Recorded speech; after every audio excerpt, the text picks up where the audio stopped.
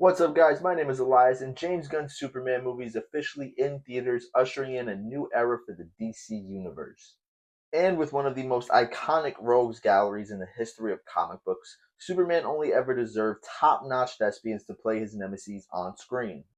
With this video, I'll be ranking every one of Superman's live action villains from the worst to the best, and keep in mind there are going to be some hot takes and possible spoilers ahead, so let's get it.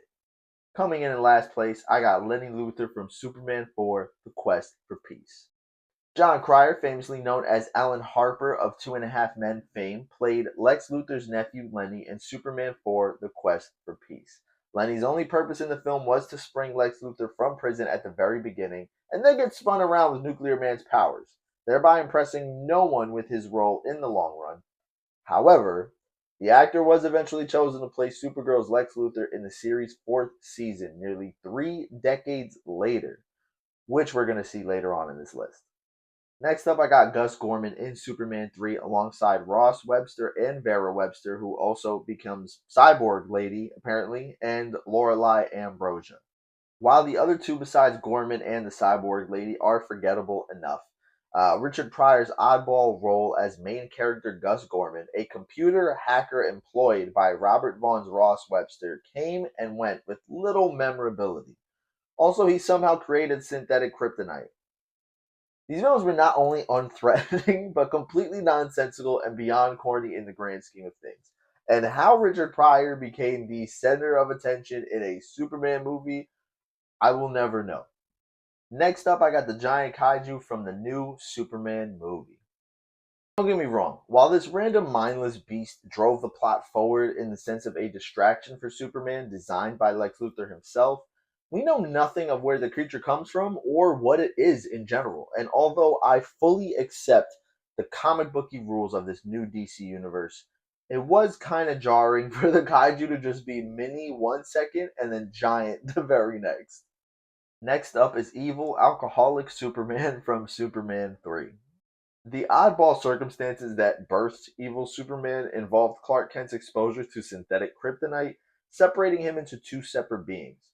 It was fun enough watching Reeve fight himself, or a body double rather, whatever, but the infamous plotline is better left in the back of your subconscious than something that you have to often remember even happened. I'm sorry, but I had to put Nuclear Man in my top 20. Possibly the most memorable travesty in the legacy of Reeves Superman movies was Mark Pillow's Nuclear Man in Superman 4: The Quest for Peace.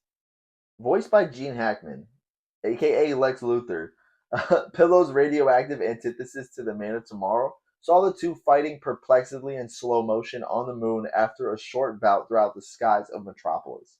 Oddly enough, as horrid as this final villain is of Nuclear Man, the character made his way into the comic books years down the road, establishing his place among Superman's greatest foes. So take that.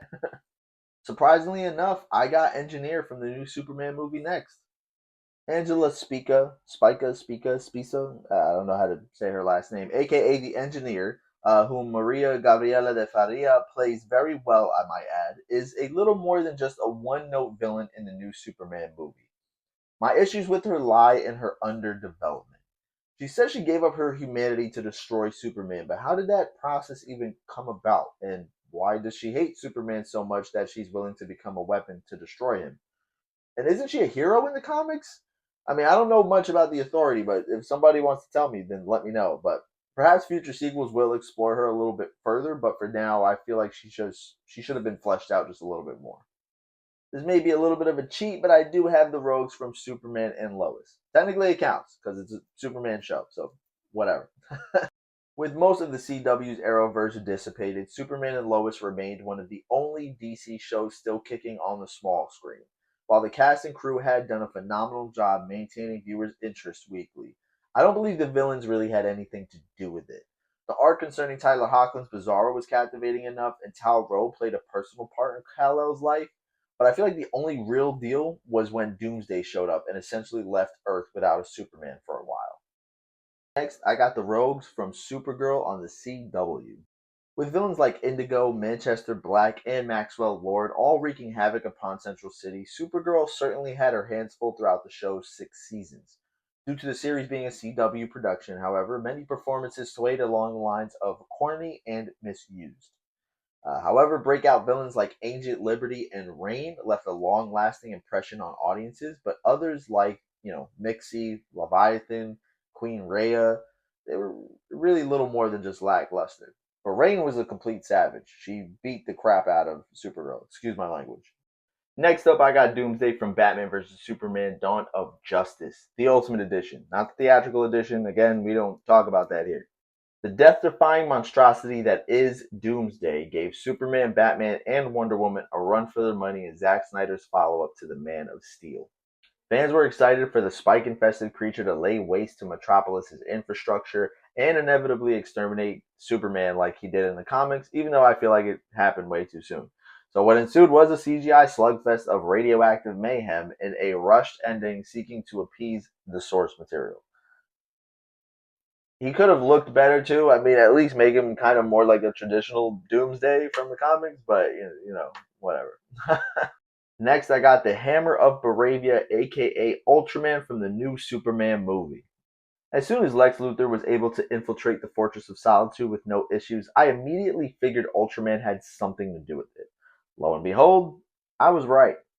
Still, Ultraman's ruse as the Hammer of Baravia is what thrust Superman into an international conflict, though it's confusingly not so played up as a big deal, even though he had just lost his first fight in the beginning of the movie to the armored villain. Fortunately, when Ultraman is revealed to be Superman's clone later in the film, the events that had transpired before not only began to make sense, but drive Superman to really let loose against himself, essentially, as only he would really be able to do. But I'm pretty sure old boy is coming back as Bizarro or something. He's not just going to throw him in a black hole and not use him ever again. James Gunn's definitely saving him for somewhere down the road. But coming in at number 15, I got Michael Cudlett's Lex Luthor from the Superman and Lois show. Homeboy was a straight up menace who had the greatest vendetta ever against Lois Lane and Clark Kent alike. And I think it was just really cool how they were able to put him into the mech suit finally, and just gave us one of the best TV versions of Lex Luthor that we've ever gotten. I love this dude in Walking Dead, and now I love him in the Lex Luthor Legacy. Thing is, I gotta go with Kevin Spacey's Lex Luthor from Superman Returns. The actor certainly had the misfortune of following up Gene Hackman's performance at a time when Michael Rosenbaum was already slaying the role on the small screen. But with a genuine disdain for Superman, yet a preposterous plan for world domination, real estate, again, for real, Spacey's Luthor emulates both the best and worst things about Hackman's iteration.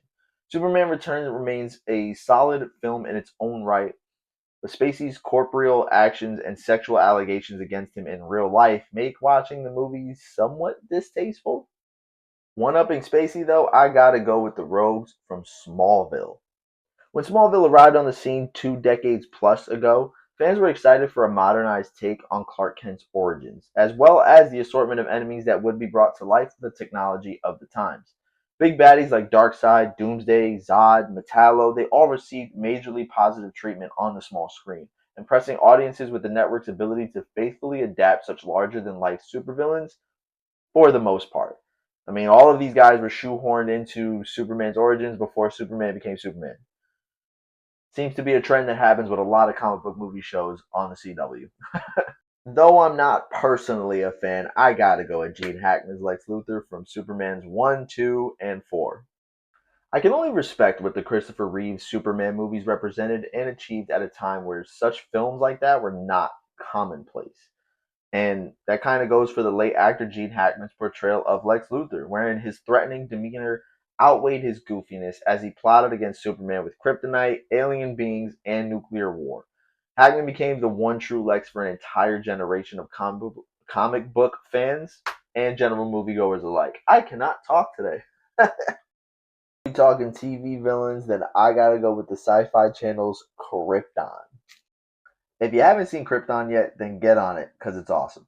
But I will say a little bit spoiler here, so just be prepared. Its premise was built on the foundation of time travel and legacy, and fleshing out a period of the DC universe scarcely explored even in the comics. Brainiac, who was played to perfection by Blake Ritson, and his big reveal as the series' main baddie only further fueled the credibility of the show that it had in the Superman's ethos. Throwing Lobo, Doomsday, and Zod into the mix was also a huge bonus as their stories intertwined to deliver 2 seasons of such a short-lived epic. Surprising enough to me, though, I got Jesse Eisenberg's Lex Luthor in my top 10. The character's preparation is really what makes him a truly threatening entity in Superman and Batman's lives. Pitting the two titans against one another, his kooky version of Lex Luthor and his plan for domination saw him blowing up the US Capitol, kidnapping Martha Kent, and creating a Kryptonian behemoth to exterminate the Man of Steel. Not without criticism, Eisenberg delivered a Lex Luthor the likes of which just hadn't been seen on screen before. He's kind of like spicy food. Not everybody likes spicy food, but some people do. He's grown on me with time. What can I say? One upping Eisenberg's Lex Luthor, though, I got Zod and the Kryptonians from Superman 2. Again, while I'm not a huge fan of the Christopher Reeve movies, I'd be remiss in dismissing the legendary Terrence Stamp's turn as General Zod in Superman 2.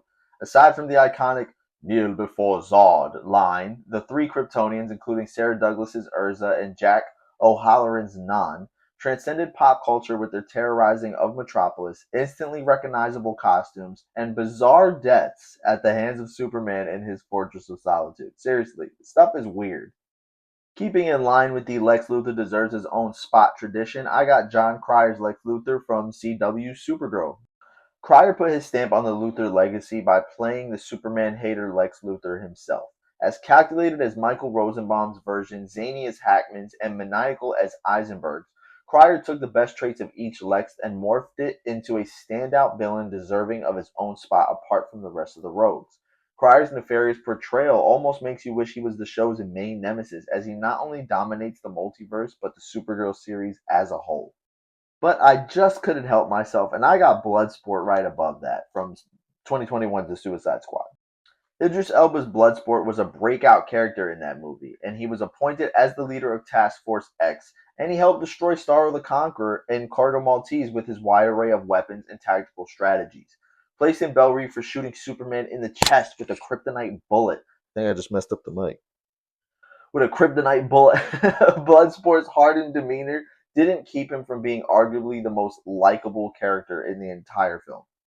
But I gotta give love to Feyora Ul and the Kryptonians from Man of Steel. Anjay Trow, I think I said her name right, is an absolute force in the role of General Zod's right hand as she gives Superman a run for his money, tossing him through IHOP and bank vaults while taking down jet planes and helicopters. Her brute strength and repartee with Chris Maloney's Colonel Hardy showcases just how dangerously, excuse my language, badass the militarized alien beings really could be. Rounding out my top 5, though, is Steppenwolf from Zack Snyder's Justice League. I can't stress enough how superior that movie is to the 2017 Justice League version. Case in point with Steppenwolf's updated design and VFX.